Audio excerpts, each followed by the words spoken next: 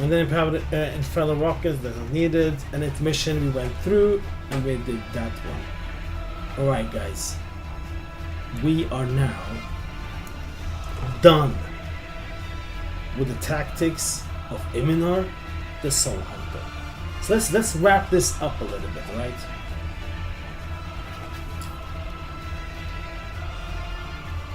Three phases. You start one of these platforms. You start on one platform. That's phase 1. Then it's intermission. You have to run through the bridge to the other platform, which is phase 2.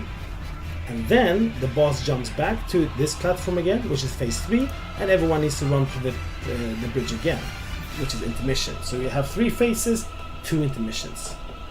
In phase 1, boss does shock lance on tanks, tank swap at 4. The boss will put a debuff on players, the sleep canister, ranged, and everyone else needs to be spread from each other. Because when you get it, it needs to be dispelled. When it's dispelled, players around within 7 yards will fall asleep if they are too close to you. What you can do if you have too many melee, when I have this image, which is the overreacting image of it, is that you have 2 markers on the platform. If one is asleep of the melee, the entire melee group tanks, everyone moves to diamond, and then you dispel that melee. And after that, if it happens again, you move from diamond to star, and then you dispel that melee at diamond. And just go like that all the time. Boss will do a pulse grenade. You spread out and you move away from the pulse grenade. Infernal rockets. If you're too far away from the raid, far away from the fight, you will get blasted by infernal rockets. It puts damage debuff on you that increases, and you increase damage on you as well. Then an intermission phase. We're gonna go down here. Intermission phase. A lot of things gonna happen on the platform. You're gonna have the status trap, which will stun you. You're gonna have the sharpnel blast, which will do a ticking debuff on you, a damage debuff on you. You have a pulse grenade that does damage and a knockback on you. You have blast wire. If someone trips over it, entire raid gets damaged. What you have to think about: have people with immunities, paladins, hunters, etc. Try over the status traps, the pulse grenades. If, and most likely, there is a blast wire that will be in the way, then you move as one to be able to heal, AoE heal your raid team, and have defensives on them when you pass the blast wire. Blast wire will most likely happen on the second intermission only. I haven't seen the first one. Conflagration. If in normal mode, you just interrupt boss when you get to the other side, you start phase 2. If you're heroic/mythic mode, the boss will shoot fireballs towards your direction that you have to dodge as well. That's the intermission of intermission 1 and 2. And then you come into phase 2, my friends. Let's go down to phase 2. Phase 2, instead of shock lance on tanks, the boss will do severe on tanks. Severe will do a stacking debuff on you. Instead of in phase 2, the boss did a debuff on you that makes you take more damage. The severe will do a damage debuff on you. So tank swap at 3 stacks instead here. Charged blast.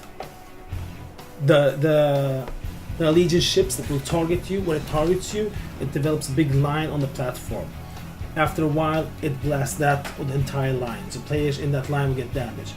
If you are targeted by charged blast, you stand still. Don't move around like a headless chicken, because everyone else move around like headless chickens to dodge it. So, if you have it, you stand still, everyone else move away. Easy. Shrapnel blast. Mines on the ground, you move away from it. It can happen that will be overrun with mines all over the place. Have people with defensives to clear it a little bit here and there, so people have places to stand on. Infernal Rock is the same as before. Phase 3, shit will get empowered instead. Empowered shock lance. Instead, you will have it's the same thing, but the stacking debuff will not go away. It will be there until the tank dies or the boss dies. So you have to use the defensive abilities as much as you can until you die. That's how it is. But you can do it another way depending on what tank you are. If you are a tank with immunities, use it after 4 stacks to clear that debuff. Let's say you're a paladin, like I said before. If you're a paladin tank, you bubble after 4 stacks. The off tank takes it. You use Blessing of War, Spell War, I think it's called, the extra talent one. Use that on the other tank. When that at 4 stat comes back to you, use as much defensives as you can until you die, and then other tank takes over. Use as much defensives as you can until you die, and hopefully you have killed the boss before the boss kills you. Empower Pulse Grenade is that now the grenade will be shot, thrown on a player, and like ticking damage on people around them if they're too close, and a knockback on that as well. Empowered Shrapnel Blast, instead of it's like some places here and there on players, you'll get bombarded by them instead. You move away as soon as you see them. And then it's the Infernal Rockets. What will be the raid killer in this fight is the intermission phase. Easy the intermission phase. Because you need to have, because a lot of things going down in intermission phase, and people will die if they don't do it the proper way. And you need as many people alive as possible to come into especially the third phase, which is a phase where like it's DPS, like race against time. You need as many alive as possible when you come there. So if you handle the intermission phase proper and the phase proper, and come into third phase with everyone alive more or less, it will be a kill. Otherwise, you'll have a problem. So that's how it is, boys and girls. Let's see what time it is.